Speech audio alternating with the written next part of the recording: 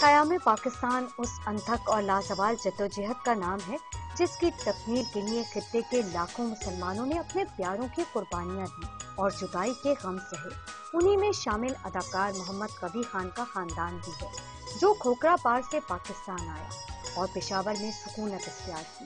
ہجرت کا سفر انہوں نے اپنی آنکھوں سے دیکھا، وہ لمحے جو آج بھی ان کے ذہن میں نقش ہیں۔ پتہ چلا حملہ ہو گیا ہے اور بلوائی آ گئے ہیں اور بھاگو جان بچاؤ، یہ اور وہ عجیب سمجھ میں نہیں آتا تھا کہ انسان کیا ہے اور انسان کو کیوں پیدا کیا گیا ہے اور یہ سب کیا ہے اور اس کا نتیجہ کیا نکلے گا۔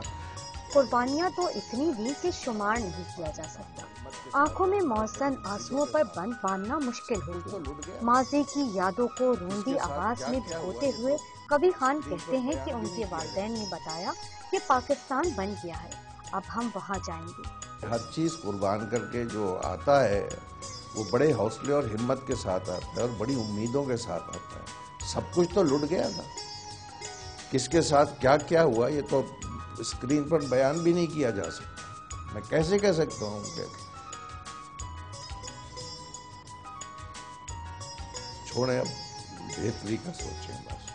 حکومت پاکستان سے نشان امتیاز اور صدارتی تمغہ برائے حسن کارکردگی پانے والے محمد کبھی خان کا ماننا ہے کہ یادیں دلوں کے دریچوں پر سوکھے پتوں کی مانند ٹھہر جاتی ہیں جو زمانوں کے بدلنے کے باوجود بھلائی نہیں جا سکتی۔